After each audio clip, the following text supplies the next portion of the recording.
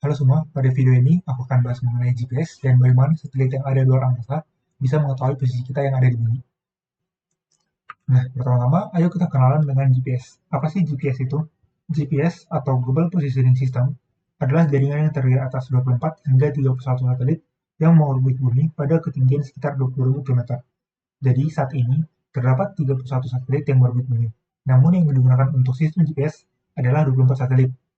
Nah, 7 satelit lainnya itu digunakan sebagai cadangan apabila terjadi situasi darurat. GPS ini awalnya dikembangkan oleh Departemen Pertahanan Amerika Serikat, namun pada tahun 1994 diputuskan bahwa siapa saja dapat menggunakan GPS ini secara bebas. Dan pada tahun 1995, sistem GPS ini sudah mulai diimplementasikan pada kendaraan pribadi. Agar GPS dapat bekerja dengan baik, dibutuhkan 3 segmen utama. Yang pertama itu adalah space segment, yang kedua ada control segment, dan yang ketiga ada user segment. Nah, space segment itu adalah satelit-satelit yang mengirimkan sinyal posisi kepada device kita yang ada di bumi. Dan kemudian ada control segment yang merupakan pangkalan di bumi yang mengatur lintasan orbit satelit. Jadi, selama satelit mengorbit bumi, pangkalan ini akan mengontrol agar masing-masing satelit tidak saling bertabrakan atau menghindari kecelakaan akibat tabrakan dengan objek luar angkasa lainnya.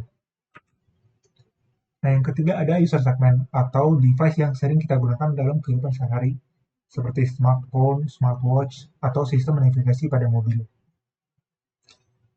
Nah, lalu bagaimana sistem GPS bisa menggunakan ketiga segmen utama sebelumnya untuk mengetahui posisi kita? Nah, sistem GPS ini menggunakan konsep yang disebut dengan trilateration. Nah, apa sih konsep trilateration ini dan bagaimana konsep ini bisa membantu satelit mengetahui posisi kita?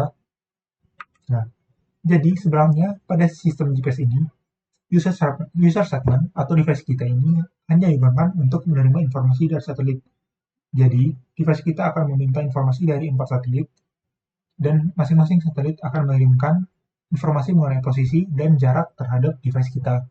Nah, dari informasi posisi dan satelit dari 4 satelit itu, kita akan komunikasikan sehingga kita peroleh informasi mengenai posisi kita saat ini.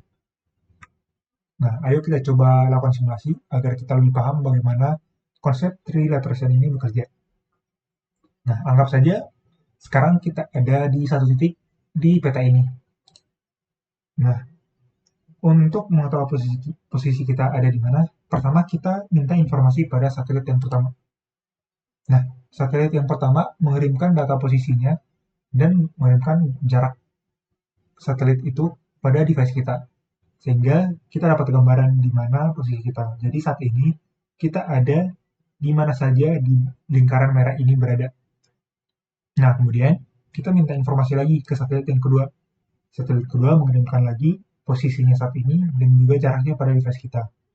Nah, dari informasi satelit kedua, kita bisa kerucutkan kemungkinan posisi kita menjadi 2 titik, di mana kedua lingkaran ini saling beririsan. Jadi, antara kita ada di Prancis atau kita ada di Italia. Nah, kemudian kita minta lagi informasi kepada satelit yang ketiga. Satelit ketiga menunjukkan lagi informasi posisi dan jaraknya.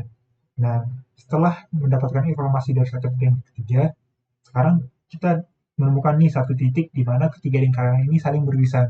Nah, disitulah lokasi kita saat ini. Jadi, berdasarkan informasi dari ketiga satelit, di peta ini sekarang kita ada di Italia.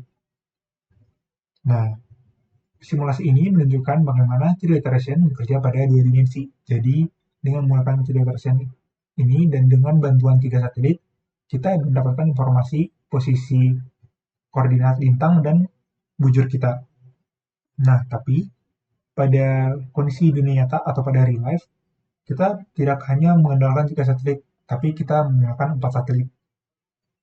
Nah, di sini aku juga udah siapkan simulasi untuk 3 dimensi. Jadi di sini kita bisa lebih paham lagi bagaimana trilateration 3 dimensi itu digunakan dalam dunia nyata.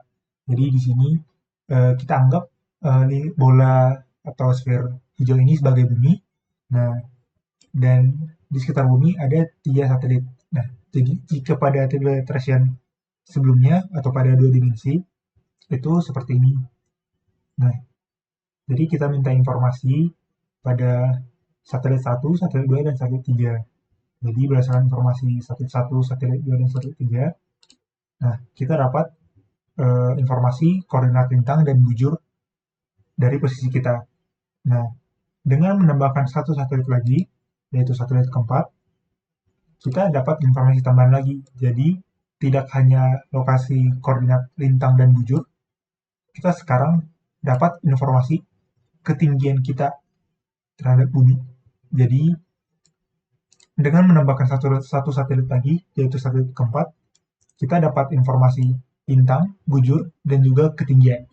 Selain itu, sebenarnya satelit 4 ini juga bisa membantu untuk kalibrasi waktu masing-masing satelit, sehingga data posisinya menjadi lebih akurat.